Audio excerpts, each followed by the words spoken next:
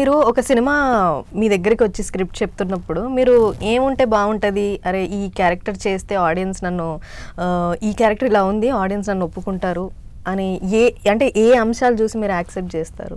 First cinema కథ బాగుంటే హ్యాపీగా ఫీల్ అవుతాము.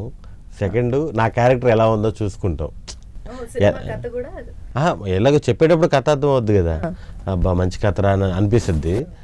మా క్యారెక్టర్ కూడా బాగుంటే ఇంకా హ్యాపీగా ఫీల్ అవుతాం. మంచి పంచులు, మంచి ఇంపార్టెన్స్ ఉందా ఈ క్యారెక్టర్కి అని.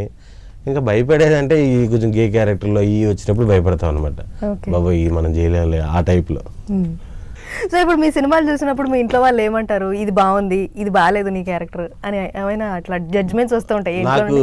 ఇప్పుడు మీరు మీ నాన్నగారి గురించి చెప్పారు కదా, ఆయన ఏమంటారు? మా నాన్న మామూలుగా సినిమా చూసి బాగాలేదని ఇప్పటిదాకా ఎప్పుడు అనలేదు. ఎందుకంటే వాళ్ళకి సినిమా అనేది ఒక చిన్న ఎంటర్టైన్మెంట్కి వెళ్తారు కదా, సినిమా చూసి బాగుంది అంటాడు. ఇంక నెగిటివ్ ఏమైనా చెప్పాలంటే ఇంకొంచెం సేపు ఉంటే బాగుండేదిరా, మరి ఎప్పుడో ఫస్ట్ హాఫ్లో ఒకసారి వచ్చావు, సెకండ్ హాఫ్లో ఎప్పుడో ఒకసారి వచ్చావు, ఉంటే కదా ఫుల్ ఎంత ఆ టైప్ అంటుంటాడు తప్ప ఇంకా సినిమా నెగిటివ్ ఏం లేదు. ఇంతకుముందు చేసిన ఏదైనా సినిమాల్లో అరే ఇక్కడ నవ్వు రాలేదు, నా టైమింగ్ ఇంకా కొంచెం మంచిగా ఇంప్రూవ్ చేసుకోవాలి అని అనిపించిన సందర్భాలు ఉన్నాయా? ఈ సినిమాలో బాగా చేయలేదు ఇంకొంచెం. ఇక్కడ ఇంకో ప్రాబ్లం ఏంటంటే ఇది పంచు కాదని మనకి తెలుస్తుంటది. ఇక్కడ ఏం లేదు ఇది నార్మల్గానే. దేనికి నవ్వుతారో తెలియదు థియేటర్లో. అవును, అది కరెక్ట్. అసలుకి మనం అనుకోం, చాలా మంది డైరెక్టర్లు అనుకోరు. సినిమా మొత్తం చూసుకున్న తర్వాత ఓకే సెకండ్ హాఫ్లో ఇదంతా బాగుంది, ఫస్ట్ హాఫ్లో ఇదంతా బాగుంది. వీళ్ళు ఏదైతే అనుకోకుండా ఉంటాయో అయ్యే చాలా జోకులు పేలుతాయి.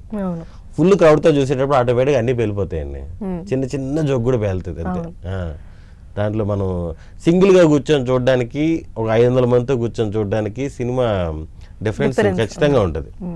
ఒక కమీడియన్గా సక్సెస్ అవ్వాలంటే సీక్రెట్ ఏమని మీరు అనుకుంటారు? ఆ సీక్రెట్ తెలిస్తే 4 రోజుల ముందే అయిపోతాం కదా నేను. అలా ఏం లేదు, అన్నీ వర్కౌట్ అవ్వాలి. ఇప్పుడు మంచి మంచి డైరెక్టర్లు మనకి మంచి మంచి అవకాశాలు ఇవ్వాలి. మెయిన్ అవకాశమే అండి, ఒక ఆపర్చునిటీ అనేది మనకి రావాలి. ఆపర్చునిటీ లేక చాలామంది కొన్ని 100 మంది వెయిట్ చేస్తున్నారు. ఒక మంచి అవకాశం వచ్చి దాన్ని మనం సద్వినియోగం చేసుకుంటారు ఖచ్చితంగా. ఏ ఆర్టిస్ట్ అయినా సరే వస్తే ఖచ్చితంగా యూజ్ అవుద్ది. ఆ అవకాశం రావడం అనేది చాలా పెద్ద విషయం.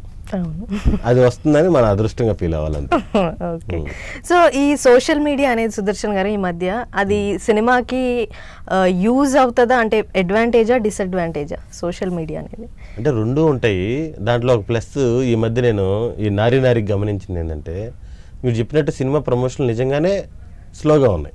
అంటే తక్కువ చేసావు, ఇన్ని సినిమాల మధ్యలో కనపడలేదు అదొకటి. లాస్ట్ రిలీజ్ అదొకటి.